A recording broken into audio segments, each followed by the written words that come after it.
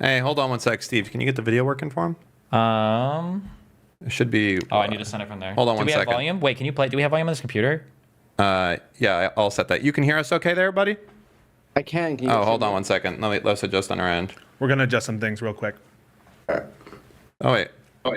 We hear you. I had to literally find out from the YouTube chat how to work Discord. This is my first time, I think, ever using Discord. That's okay. How old are you? Apparently just off the cusp of how old I should be to use Discord. I'm 35, but in my defense, I'm on YouTube, Facebook, Snapchat, TikTok, Instagram, Threads, and I don't have any more time for other platforms at this point. So. Discord is the most important of all of those. Okay, that's the most based messenger. Well, I think after this election, maybe we're not reaching people on the right platforms. Is the takeaway from this. That's fair, I think. Can you see us now? I can. Awesome. We'll have Steve in a second. Thank you guys thanks for the quick pivot to let me in here. Of course. Yes. So, where do you want to send nukes off to? Oh, God.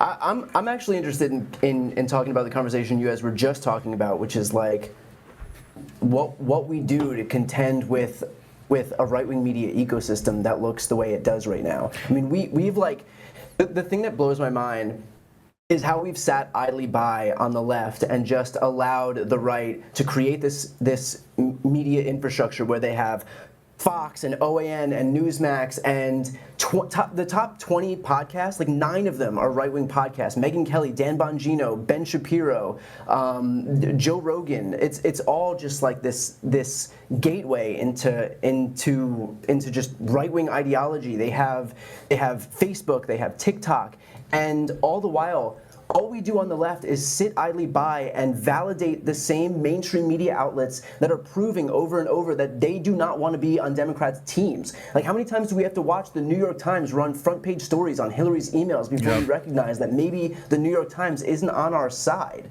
And yet, instead of laying hands on progressive media, instead of validating progressive media, instead of calling to build up progressive media, they continue to heap benefits, confer all these benefits onto the mainstream media that's showing them through both sidesism, through bad coverage that they just don't. They're not into it. They don't care. They don't care about being on the team. I think the issue is. And there are so many different things that go into this. It's not simple, but I think that things like the media, a lot of this is downstream from another thing that I think is really important. I don't know if you have any children or if you've ever had a dog before or whatever, but if somebody is allowed to do something and there's not a punishment for it, then they're going to continue to do that behavior, especially if they reap something positive for it. And one of the most frustrating things about the upcoming Trump presidency is, I'm sorry, I don't care who you are. I don't care how you say I'm delusional, out of touch. Biden and this administration did a phenomenal job at righting the ship on this economy. We are outperforming every other economy in the world when it comes to metrics like inflation. Bro, you want to talk about hire? Dan is a small business computer guy over here. You want to hire a computer programmer? You go to the United Kingdom. These guys make fucking 35,000 quid a year, okay? The United States is in an amazing spot compared to the rest of the world. However, we're not allowed to take credit for it because there is at the end of the day, there's no factual reduction to anything that's being said or to anything that's happening. Trump is allowed to get on stage and simultaneously say things like, aren't you happier now than what you were, or weren't you happier 4 years ago? Despite the fact that we were living in lockdown. And they weren't happy 4 years ago. That's why they voted him out of office. Wearing fucking garbage bags. Yeah. To work, there is no... dying by the tens of thousands per day. Yeah, so... buried in mass graves in this country. There's absolutely zero accountability on the Republican side. And I think that there are other issues that I feel strongly about, especially you've seen me scream about things probably on stream. I feel strongly about misinformation. I feel strongly about policy. I feel strongly about immigration and foreign policy, blah, blah, blah, blah. All of that, though, is downstream, I think, from the lack of accountability. How many fucking times, I know you've heard this, how many fucking times has a Republican come up to you and talked about Joe Biden calling all Republicans MAGA Republicans, or about Hillary Clinton using the word deplorables, right? How many, Matt Walsh, Ben Shapiro, how many of these people have written full articles about how they would never vote for Donald Trump? And they're some of his biggest glazers today, right? It was Ben Shapiro first who Remember on January Ted 7th. Cruz getting his wife Ted fucking Cruz? dominated? Yeah. An It was insurrection. Ben Shapiro who, before I did, called it this was an insurrection. Nobody, I don't even know if anybody in the media was using that term. And Ben Shapiro came out and said this was an insurrection. We have to be honest. And now it's like January 20. Oh, you mean when the police led people through the building? Like there is no accountability on the Republican side for anything. Like it's yeah. But I mean that lends itself to the exact argument from before. That's the benefit you get from having a right-wing media ecosystem where their sole goal, it's not to like perpetuate accurate information. It's not even to hold these people accountable. They are a propaganda arm of the Republican Party. Yeah. And we have no equivalency on the True. left. And when I say equivalency, like we don't need somebody to just cheer. Are you allowed to curse on this stream? Yeah. Yeah. Is there any? There's no equivalency. Like we're not looking to be cheerleaders in the same way that Steve Bannon and all these people are going to be cheerleaders for Trump. That Fox and Friends are cheerleaders for Trump. But like we don't have any equivalent in terms of like what we're able to do to bolster Democrats. And like we do, to your exact point, I mean, look at the economic condition that we have. If Donald Trump had the economy that we have today, where he added 16 million jobs, had the lowest unemployment rate in 50 years, a record high stock market, and the strongest economy on the planet, and no recession after COVID, you think he wouldn't be beating his chest on a daily basis? You think that guy wouldn't be filleting himself on national television? Donald Trump is simultaneously not at all responsible for COVID while getting to take credit for the lower immigration and everything out of COVID, while Joe Biden is responsible for all the inflation, like COVID never even happened, and gets no credit for righting the economy at all. It's right. But the fact is, he can show up on Fox News and they'll repeat this all day. And they start at 5 o'clock in the morning and it goes into their midday coverage, and we end with Laura Ingraham, and end the evening with like Greg Gutfeld's Comedy Hour, and it just never stops. And these people are pumped with this stuff all day long. All of their viewers are just have this information pumped into their veins to the point where now, 4 years later, to your point, you were talking about the revisionist history when it comes to COVID. They think that was some period of great prosperity. We were burying Americans in mass graves 4 years ago. Like, what are we doing here? We lost 3 million jobs. The unemployment rate was 6.5%, and the economy suffered an economic contraction. Our economy shrunk when Donald Trump was president. And you want to say, oh yeah, it was COVID. Well, why did we have 5% of the world's population and 20% of the world's deaths? Like what was it, 3 million or 1 million people? How many people died from COVID? It's millions. Yeah, but you just can't. The thing that I keep stressing to people, and I'll keep fighting on this, is we live in we have a different set of rules right now, and this is what me and Pisco fight over a lot. Yeah. I love Pisco, he's a great guy. But I get frustrated when people keep saying how much more can we train our MMA to beat this dude who keeps showing up with larger and larger machetes every time we have a fight? You cannot exist in this environment. I don't care for you, for Brian, for Biden, for Obama, anybody. You cannot beat somebody who can take credit for everything, even things they haven't done, and walk away from all accountability from it. But I It's think Brian impossible. said it. I think Brian said it. Brian said there's some lines we will not cross. We're not necessarily needing to be as servile as Charlie Kirk or Steve Bannon. But there is value in, the Democrats were asleep at the wheel. Clearly that they had an advantage that we were lacking going into this fight, and we got fucked. But that doesn't mean we just give up. And I think that there is something to build here. There's something to go forward on. But it can't be listening to the Chuck Schumers of the world and the New York Times of the world. It can't be that, because that doesn't work. And at this point, like we've ceded a lot of this ground. I think, and a lot of the conversation I'm hearing around like the creator space is like we have to figure out how to communicate with people in a way that we're not doing right now. Like watching the right dominate, especially with the issues that they have, like there is no reason why why this space should be so available to the right when your positions are like stripping women of blocking abortion rights, and you're like a 19-year-old guy. How does that make any sense? Like we've ceded this space so thoroughly to them. The fact that they're able to win on issues like that really goes to show like the extent to which we are just absent in these spaces that we need to be in. Just read the YouTube comments. Every time we're on a live stream, your YouTube comments, your live comments, they're all red-pilled. Yeah. I think there was on this monitor. That way we can look at him and The back of your head isn't on the video for all this? Transferring that is complicated. Fuck all that. I'm fine. Yeah, fuck him. No, I'm just kidding. I mean, it's gonna be our video as the back of your Good. head. I want to see the back of her head. Okay. I do agree there were mistakes made before, and actually, this is actually one of the things that I give Kamala's campaign a lot of credit for. Even though it was a little cringe, that the white dudes for Harris stuff, I think stuff like that was really good because there was too much of this like finger waving at like white guys and men for too long that basically made it so that if you were a white guy, if you were a male, you had to go listen to Jordan Peterson, or you had to go listen to these red pillars because everybody in the mainstream like Democratic Party hated you, or it felt that way at least on the culture front, right? On Twitter and in schools, it was just this constant demonization of like these mainstream, like main class people, majority class people. I feel like at this point, like I gotta like go to a gym somewhere, start cycling HGH and like on camera, on live, and be like, that's my gateway into like reaching Gen Z guys at this point. Mm-hmm. Yeah, I mean, unironically, yeah. Give me. What do you? So obviously we need to have more. I want to push you and Pisco. Yeah. Because Pisco over here has been a little questioner. Okay, he's not answering a question. I'm curious. Like, what do you think? What needs to change? What needs to be better? How do you compete with a guy? Okay.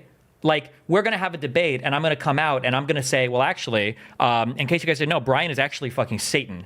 And half the audience believes it. How do you win a debate with a guy like that? What are you doing? Like, what do you do? And it doesn't have to be personal. I just mean like in general, like the policy conversation in the U.S. Like, what do you do? How do you?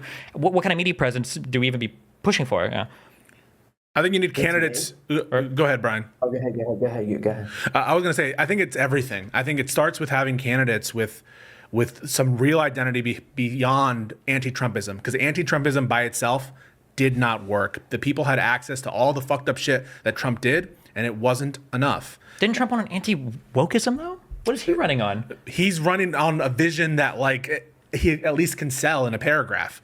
Concepts of a vision? Yeah, well, I think that's true. I mean, we tried it before. When you ask someone, like, what does Trump represent? There are real things in your mind that are envisioned. When you ask, what does the Democratic Party represent?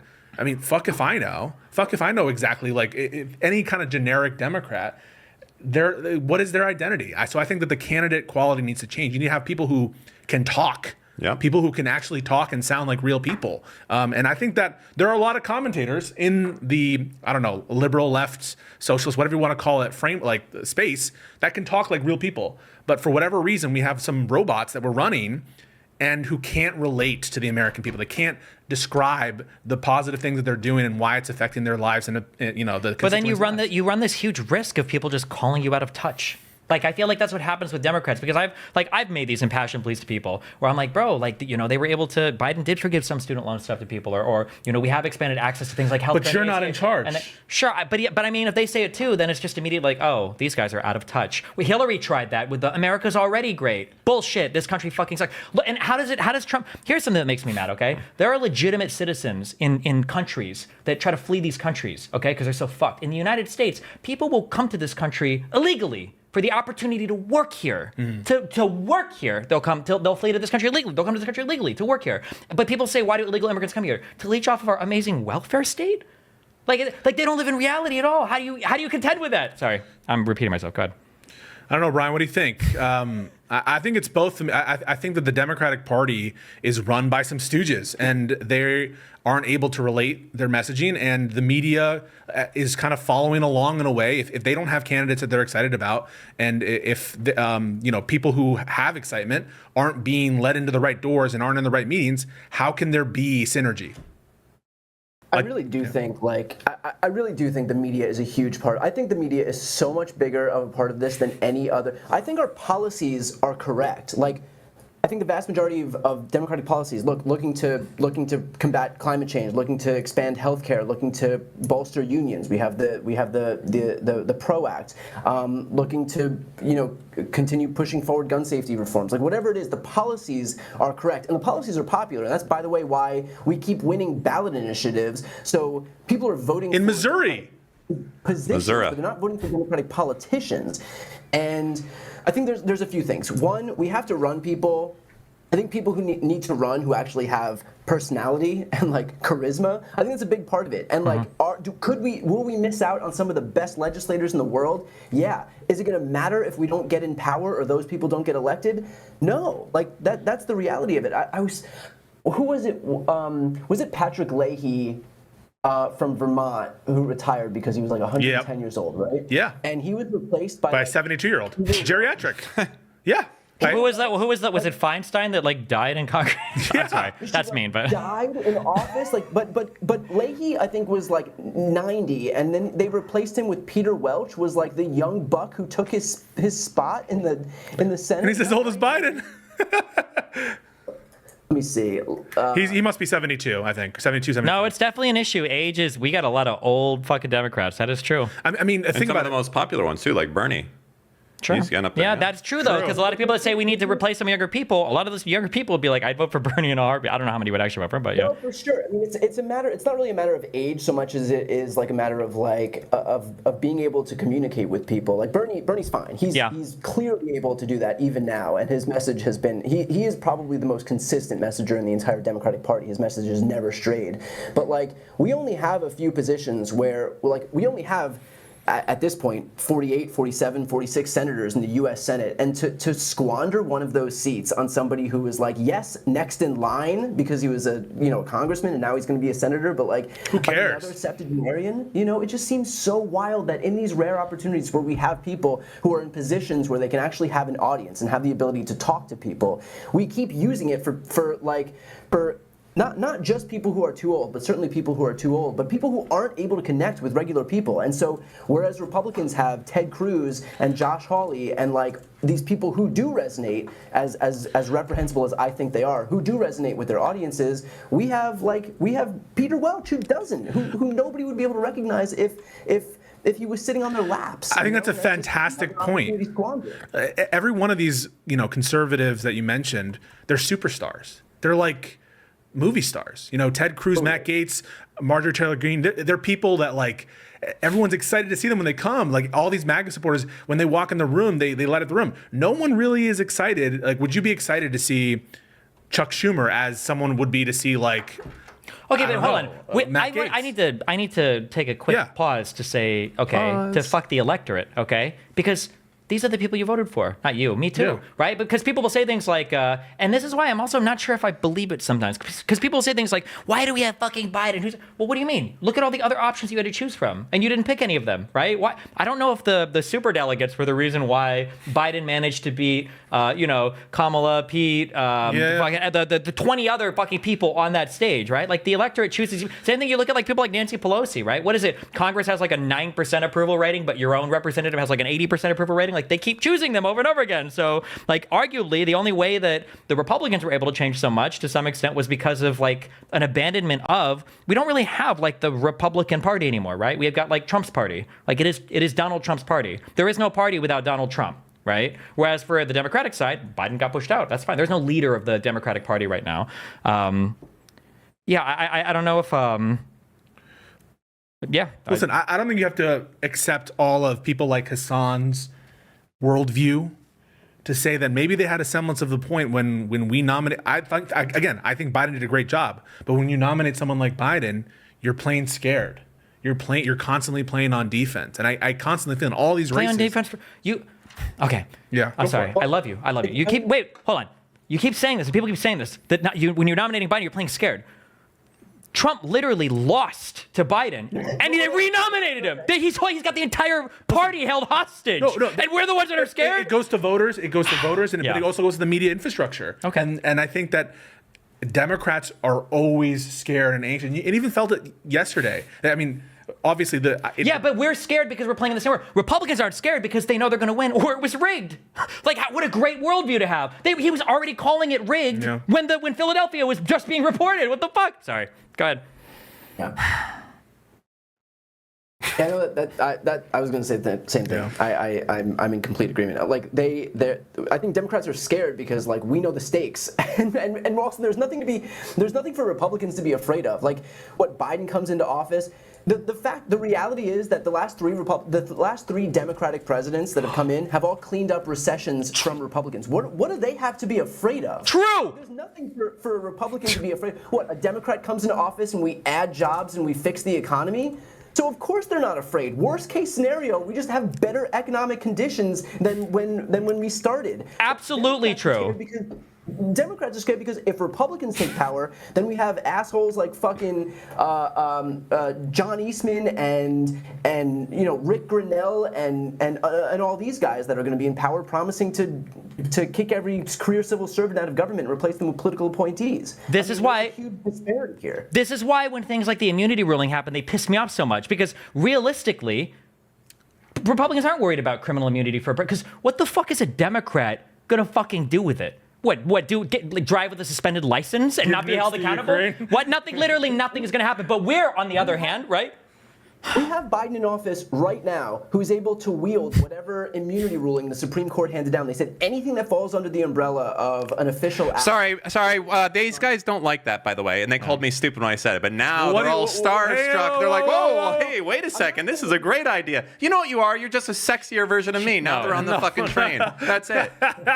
Look, I'm not saying that Joe Biden should commit crimes. I'm just saying it is so. We Democrats know that we are so unwilling to use the levers of power that we have at our disposal that it's almost like it's laughable, the prospect of Joe Biden actually doing anything that the Supreme Court has just given him carte blanche to do. We took control of government. Merrick Garland was so afraid of the optics of a politicized DOJ that he didn't lift a finger against Donald Trump for inciting a fucking insurrection for 2 years before he finally deigned to appoint Jack Smith as a special counsel. And so Trump was able to prop up an entire presidential campaign and get it running before we even appointed Jack Smith to get moving on him inciting an insurrection against the U.S. government. That's how scared Democrats are to wield power when they have it.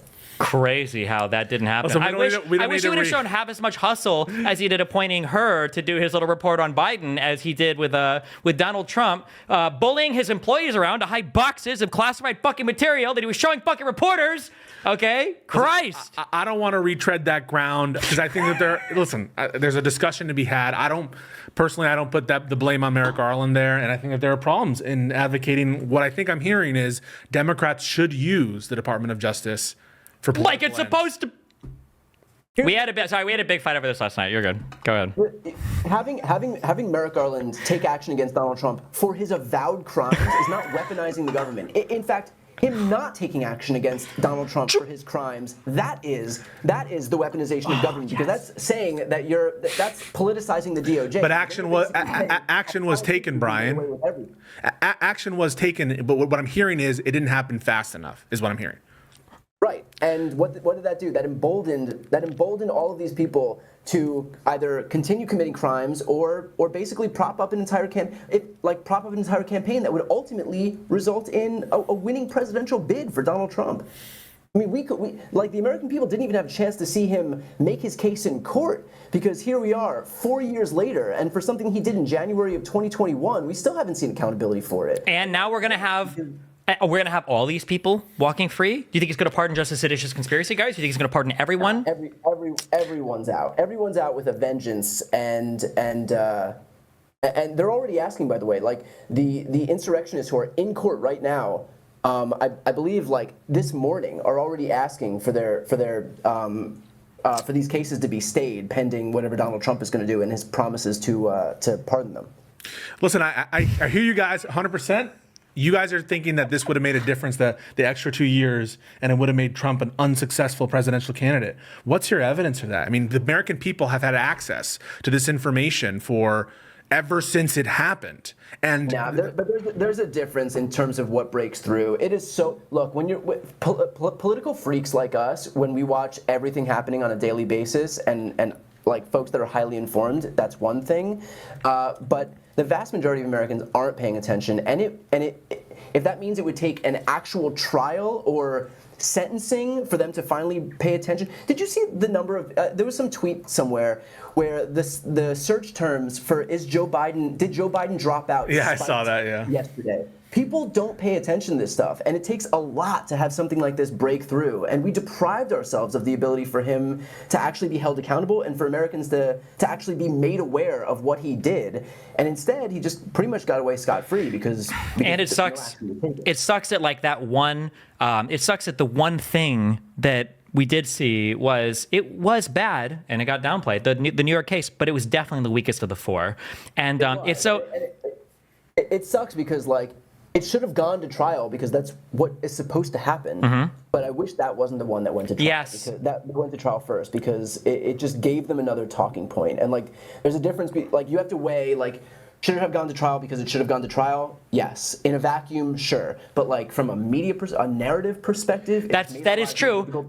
But I would this narrative of like weaponization. I would like to though bring us back to reality, because you better fucking believe that if Joe Biden had abandoned his wife, who had just had a child 4 months earlier, to fuck a porn star, and then taken money and misappropriated or reported it falsely using a fucking lawyer to buy and kill that story, you better believe that would have been talked about for months by conservatives. So even though it might not have played well on our side, again, I do agree that it would have been nicer to see that documents case go to court. That documents case is crazy, because a lot of people don't even know. Yeah, people don't even know. Like, fuck the document shit. Like, the main charges that are related to obstruction. Him telling not to move around all that shit in Mar-a-Lago, and him picking and choosing the boxes that he wanted to take with him when he was going back. Like, that's insane. To convert it. Yeah, I mean that was a slam dunk case. It was obvious. Crazy case. Yeah, and it is a travesty of justice that will never see the light of day in a courtroom.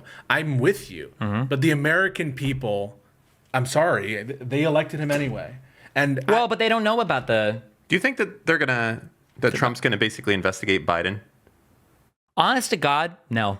You don't think I think Trump didn't do it to Clinton. Trump is very much a person that exists in time, and once he's elected, Biden will be in his review. He won't give a fuck. He'll be like, oh, cool, and he'll just go on and do whatever the fuck. I kind of think he'll be more focused on like what's immediately in front of him. I think that he'll say whatever he needs to say to like appeal to people. Everybody wants blood. All these Republicans think that they've been groomed into thinking that the Biden crime family are the greatest villains in the history of the world. And so if in the moment it means that they can finally prosecute Biden for all of his crimes, even though they've had 16 months to investigate crimes and the Republican-led oversight committee and judiciary committee found nothing, still like that'll be convenient for him in the moment. But once he's in and it doesn't serve him anymore, like he doesn't have long-standing principles. He doesn't have any like memory. like it's just whatever he has to say at any given moment to help him in that moment, and then it's gone. He's like a goldfish. He exists in just in the present. Can I ask you how much Epstein stuff is there that's still classified or not released? Do you know? And I wonder if there's a way that Biden can just say, fuck it, here it is, I'm releasing all of it. Because I remember they asked Trump about this. They said, hey, Trump, so would you release all the stuff about Area 51? He said, absolutely. Would you release all the stuff about JFK? Sure. Just Epstein, to piss him off? It's like, and Epstein, he's like, well, a lot of people might get caught up in that. I don't think it's a good idea. So yeah, why not just release all of the Epstein stuff today? It's not gonna. Nothing matters. Well, I don't know. I don't know what's in there. Here's the thing. The thing is, if they release the Epstein files, it could only hurt the Democrats. Yeah, how could it? Why? Because there's already pictures of fucking Donald Trump with like every fucking sex offender known to mankind, and nobody gives a fuck. So if they released a list and it had 99 Republicans on it who were MAGA and one Democrat, that Democrat would be the exclusive headline for the entire story. That would be it. You don't think I guess there can't be. If there was like a video or something crazy incriminating Trump, an actual like kid fucking, at this point, it would have been released. Don't they have that recording that just got released from the Daily Beast where they literally came out and had a recording of Epstein saying that like Donald Trump was his best friend for 10 years? Yeah, This is a party that brands itself the party of family values and law and order.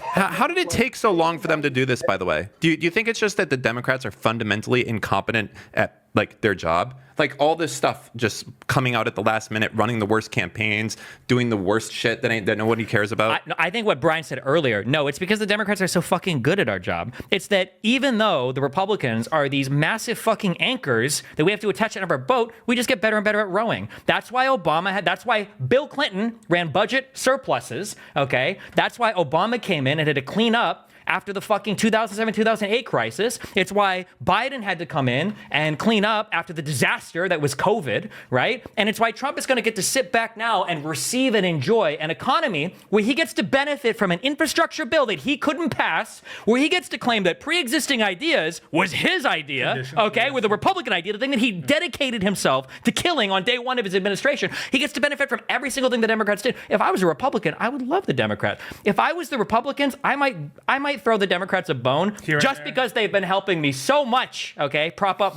all of my administrations. I mean, he said it earlier, we had 8 years of Obama. Where's my socialism and communism? We had 4 more years of Biden. Where's my socialism and communism? And then we had 4 years of Trump. and now we have a president that can commit crimes with impunity. Well, what the hell are you going to do about it? I'm going to sit here and make a lot of money complaining about it. I got a question for you. Do you think that we'll have a fair election in 4 years? That for me? Yeah. That's the toughest part, because you look at Project 2025. There's the Schedule F aspect of it, where he can basically, right now we have, I think, like a few thousand political appointees, and then hundreds of thousands of career civil servants that staff the rest of the government. These are prosecutors that work at the DOJ, people who are legitimate, career civil servants, to the point where even Bill Barr had to say that Donald Trump's claims of fraud in 2020 were bullshit because there was no basis for them, and all of the people that he worked with were not going to validate those claims. Now imagine all of those people become political appointees, and you have no more career civil servants. You have people who are loyal not to the Constitution, not to statute, but rather to Donald Trump himself. And so I don't know what happens if in the 2028 election, some right-wing militia group says, "Oh, we saw fraud at the in the whatever center it was, the Detroit whatever center.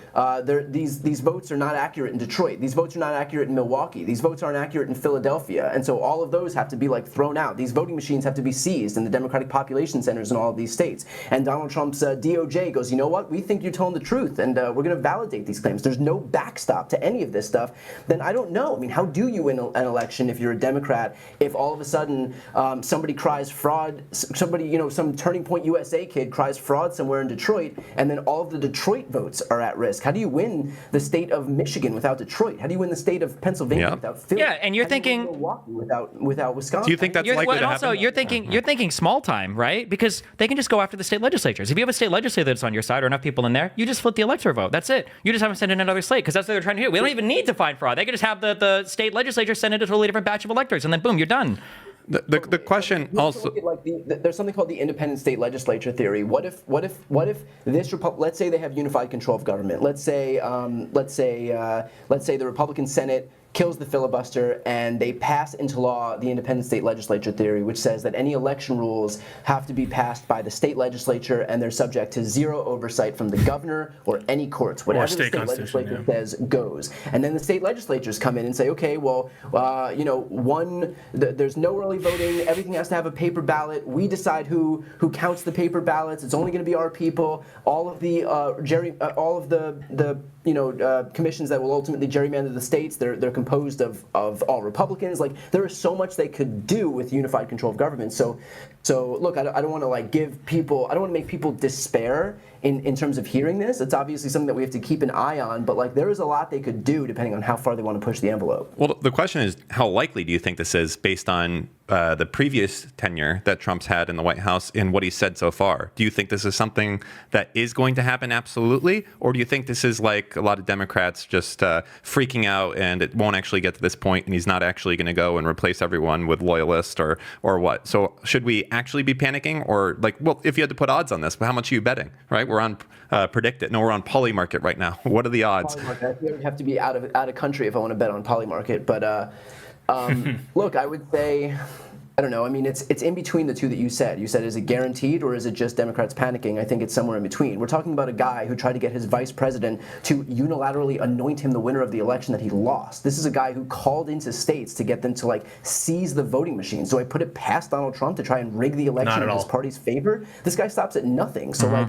I don't know. Right now, maybe give him some benefit of the doubt that he definitely doesn't deserve, and say 65%. So I guess what we need to do is we need to distract him with other stuff so he forgets about appointing all these people over the next 4 years. Well, that's one thing. I think that we can rely on him to continue to be incompetent, to continue to be absent-minded, and to be distracted. The problem is he's controlled by people that aren't. Well, and also, just to be clear, the biggest fear was before, and people don't realize this, but as much as people shit on bureaucrats, the only thing that stopped Trump last time were a lot of bureaucratic people. Yep. It was people who were working in the office of the vice presidency, giving counsel to Mike Pence. It was, surprisingly enough, it was people like William Barr. It was the assistant AGs in the Department of Justice who were willing to stand up and say they'd resign if Trump did crazy shit. But if we schedule F, and now Trump has the ability to dig into these offices and these departments and say, hey, I don't like that associate AG. I'm going to fucking fire that guy. Something he shouldn't be able to do, but maybe now could.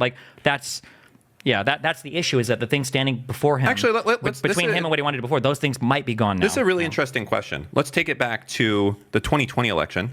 Let's say that he already did have loyalists installed in Georgia, which was basically... Trump would still be president, or we would be in a civil war. Yeah. What do you think actually would have actually happened? Let's say that they said, you know what, we're not certifying these people, they were fake, we're sending these ones, go ahead and sign it, Mike Pence. Would Mike Pence, and I guess let's say Mike Pence signed it.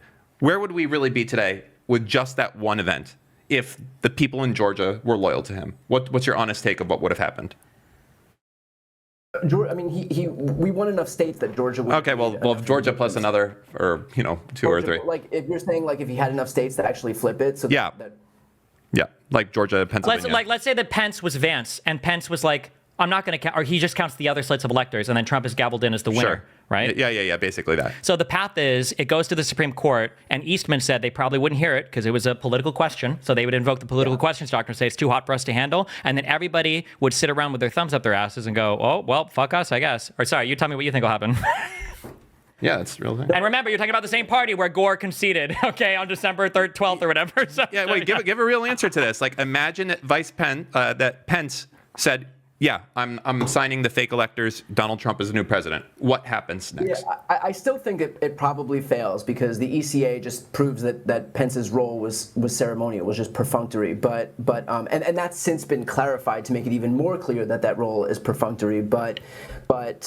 So I think in that case it probably does fail, and we did see that. Look, they won 0 court cases related to these fake electors, and they would go on to actually prosecute a number of these fake electors. So clearly that wouldn't have held up in court, and I don't think that the Supreme Court. I mean, we did see, to your exact point, Eastman bring up this claim when he was investigated by the January 6th committee, and he did say that they likely wouldn't have even heard it, and I don't think that they would have.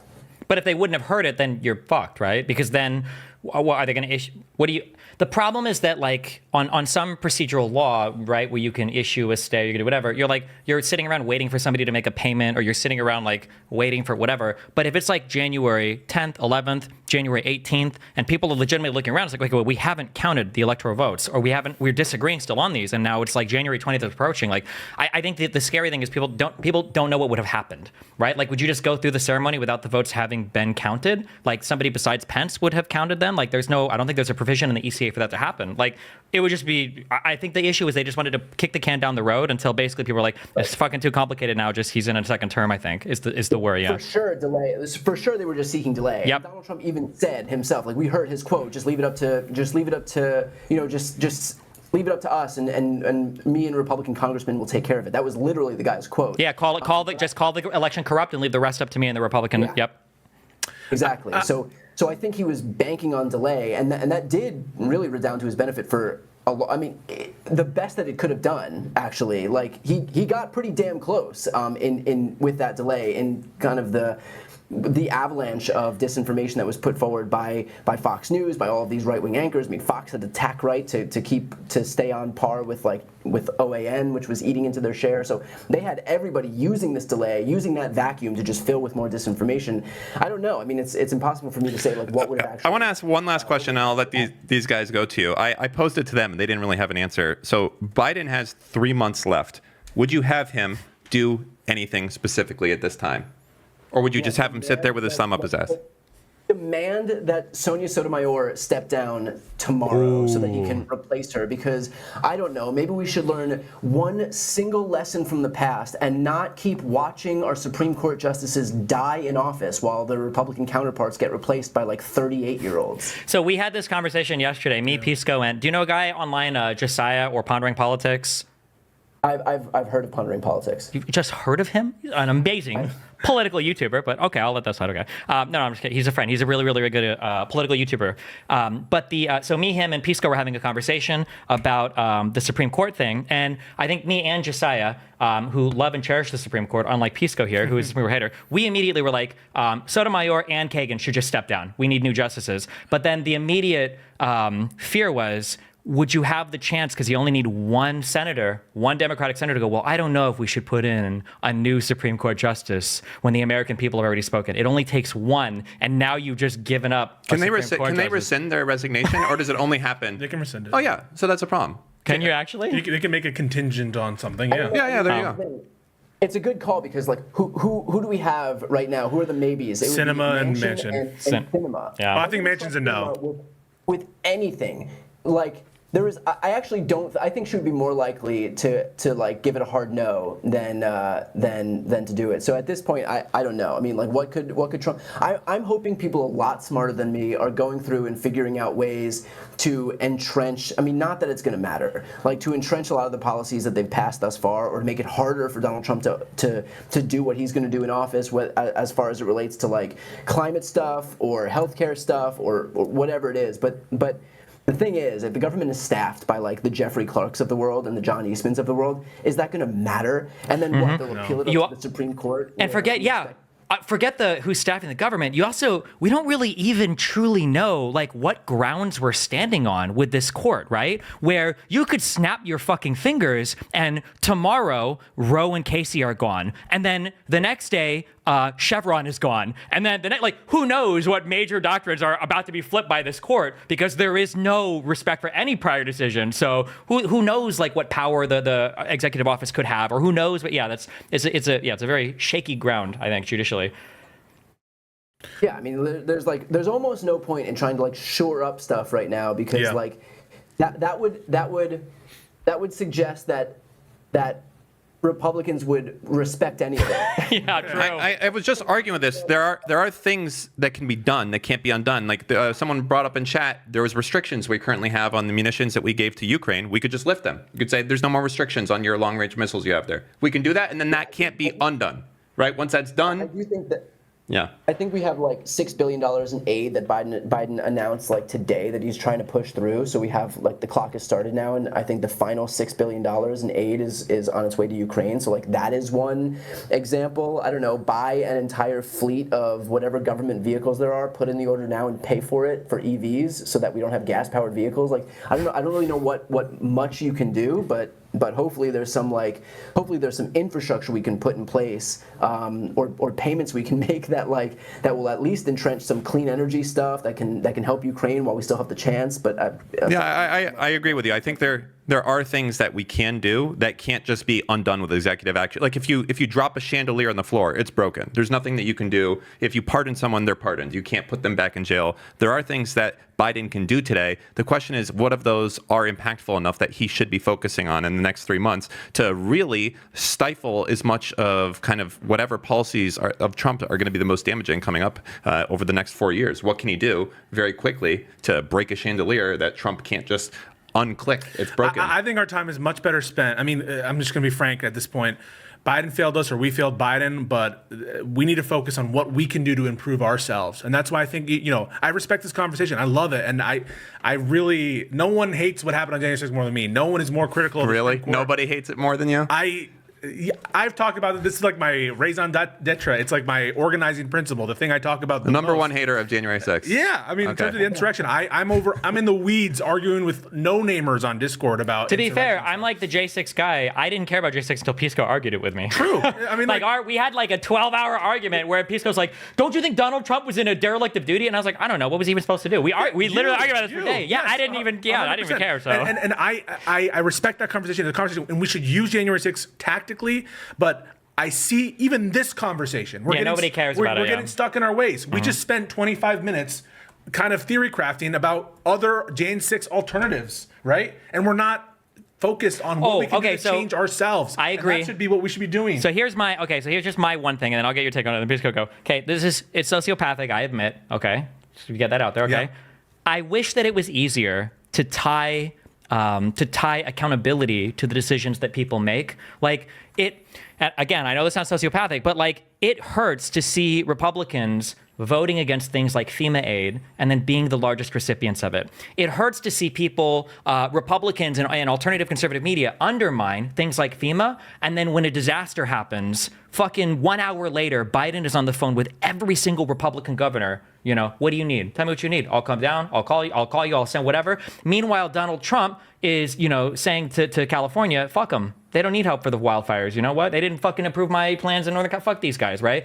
There has to be some way. How much do we hear about how horrible the federal spending is? How many Republicans turned down the COVID stimulus to shore up all their state budgets from the American Rescue Plan, right? There has to be a way to tie consequences you get on the horn and you say, "Dear glorious leader Joseph Biden," today, and you talk it up like Charlie Kirk does. You talk it up. You have some kind of infrastructure to get the message out, because holy fuck. It's an infrastructure problem. Like, you have to remember, I feel like, and I've said this for so long, Republicans have like a morning meeting where they all decide what they're going to talk about, and they're so coordinated in their messaging, and they do it across every platform, and they own every platform, and they do it in people's AM radios, they do it in the podcast that they run roughshod over Democrats on, they own YouTube, they own Rumble, they own Discord, like every single platform. They are coordinated in their messaging, and they repeat this stuff over and over until it's seared into everybody's cerebral cortexes. How many times did we see the transgender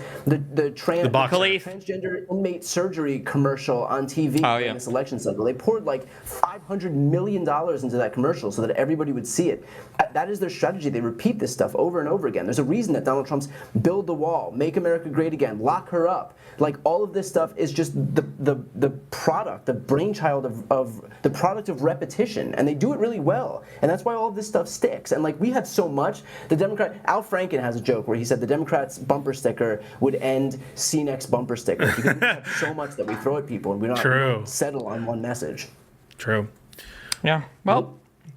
What do you got? Media empire. Find a way. You guys. I mean, the Young Turks, Brian, Destiny. You guys need to find, wish me luck. Tomorrow I go on Piers Morgan. You guys need to find common cause, because right now our leaders are not doing the job they need to be. The Democratic leaders in charge right now are failing at their job. You need to break bread with whoever it is that you're beefing with or whatever's going on, and find a way to win, because losing sucks.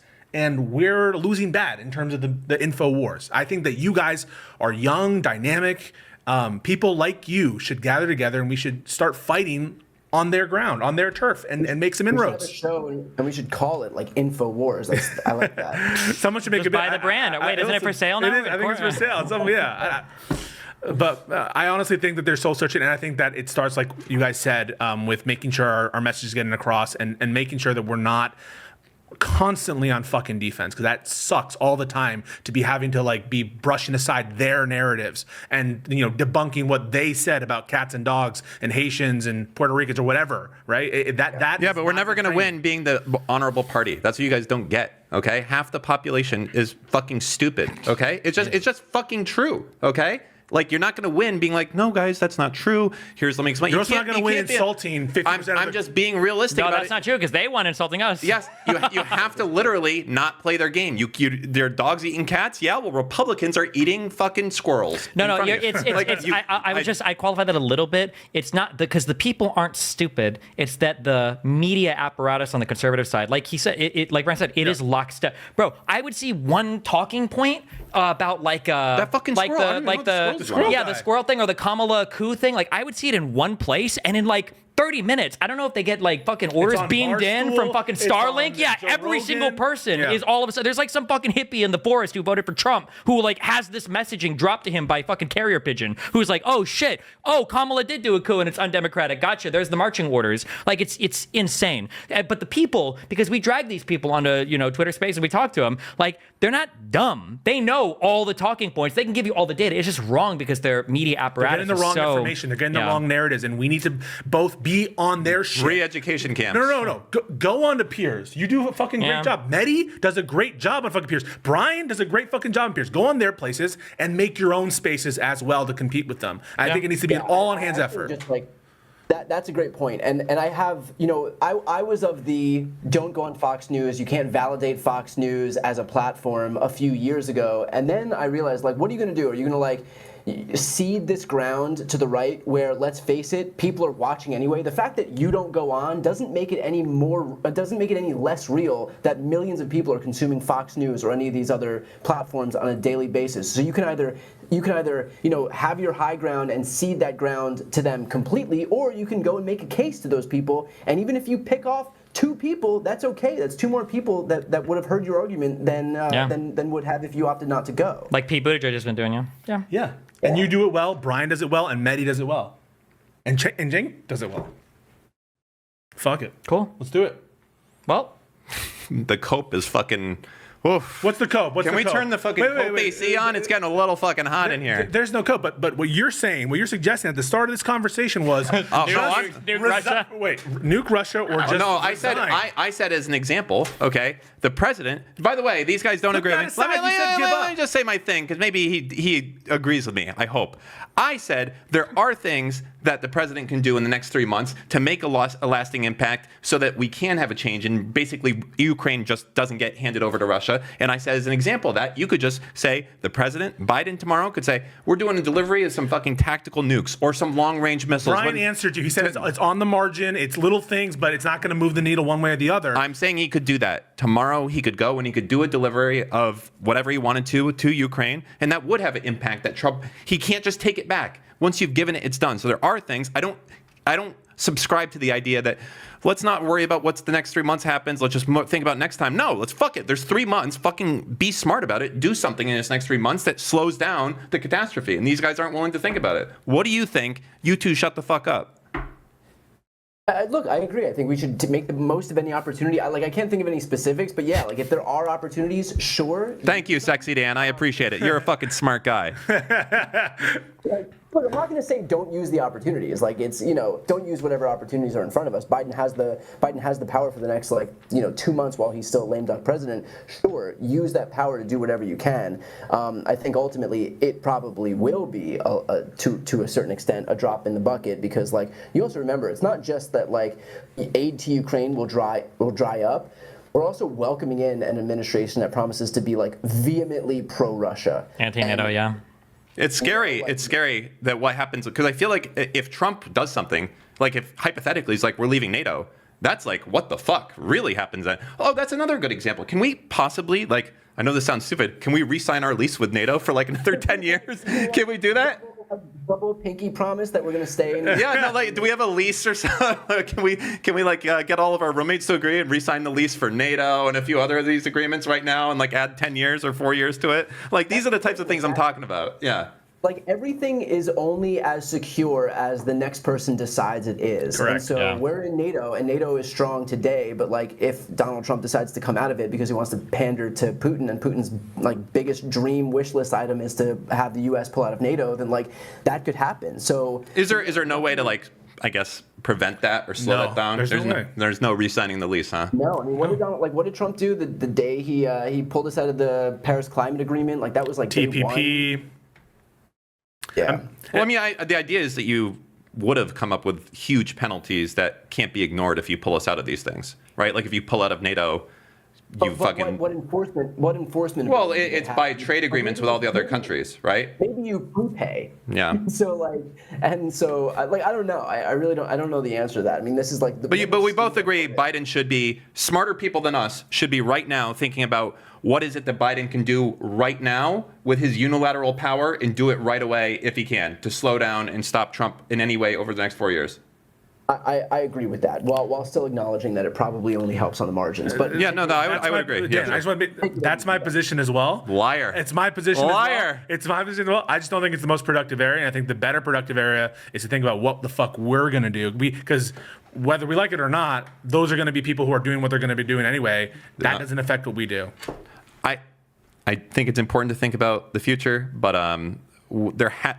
if we know that Trump's about to go ham with this unilateral power, Biden better be thinking some smart stuff, declassifying some stuff, signing some papers that can't be unsigned, dropping some glasses that can't be put back together. I don't know what that is, what it looked like, but whatever it is, I think, I hope he does it. I am going to be really disappointed if nothing happens in the next 3 months that we know of substance to slow down the disaster that's coming. I was actually a little bit disappointed, to be honest, with Kamala's resignation speech, essentially there, that it was so we'll be here. I feel like a lot's on the table, and that was just very not bleak enough, not powerful enough, not compelling enough to me. I was, that's really nice. This is the story of Democrats. They're so nice and hey, we did our best. I called President Trump and I said, wow, great job. And I know you love our country. I feel like that was the wrong thing. The whole country's at stake right now. And it feels like so many people are oh, guys, you're overreacting. So I don't know. That was my, Do you think that I'm just curious in terms of like showing up to the next inauguration and working with the next administration to assist with the peaceful transfer of power and all that? What? They'll do it. They're gonna do all of it. Like they're gonna whatever he needs. They're gonna do the whole thing. That's the asymmetry at play. They're gonna give the exact same. They're gonna confer the exact same benefits onto Trump that he sought to deny Biden's incoming administration of to a T. Like every single thing Trump couldn't be fucking bothered to lift a finger to do. Biden's administration will do for Trump, and that's just how it goes. And if something doesn't happen, the second Donald Trump says, the second Trump snaps his fingers, if it doesn't happen, we'll see pearl clutching on Fox News. Like, oh, how dare he not give classified, daily brief to Donald Trump as he's incoming. Meanwhile, you have like Trump still like trying to wage insurrection against Joe Biden as his administration had 6 days to prepare to become president. I'm cautiously asking this because I intentionally didn't go and look for it, and I don't even know if I want to know the answer to this. I saw people in my chat typing earlier. Is it true that motherfucking Ben Shapiro was saying that it was shameful that Kamala was waiting so long to concede her campaign? Did he actually say that? Was it Ben Shapiro? It was some people. In the Daily Mail, they underlined Kamala finally concedes. I'll take that, but leading a headline in Daily Beast that said that called her classless because she waited to concede. To concede to the guy. It's been 4 fucking years since Donald Trump conceded to Joe Biden. Yeah. And yet Kamala is classless for waiting like 6 hours to concede to Donald Trump. That's the power. Take it. It's yours. I don't know what power is mine, but okay. Well, hey, thanks a lot, man. We appreciate it. Any final words or anything you want to leave us with? This was fun. Thanks for letting me on. I appreciate it. Let's do this more. We have to figure out how to like find more people, like reach more people where they are. And with an AR? Hold on. Slow down. Hold on. Thanks a lot, man. We really appreciate it. I'll just plug him again because he's a friend. He's a huge up and comer. Okay, you should talk to him. It'd be good for your career because he's going to dwarf all of us. Okay, but Pondering Politics or Josiah, really cool, really smart dude. Yeah, he's talked to Mehdi Hassan, a bunch of other people. So yeah, thanks a lot for chatting with us. I really appreciate it. Thanks, Brian. All right, thanks, fellas. See you later. Bye.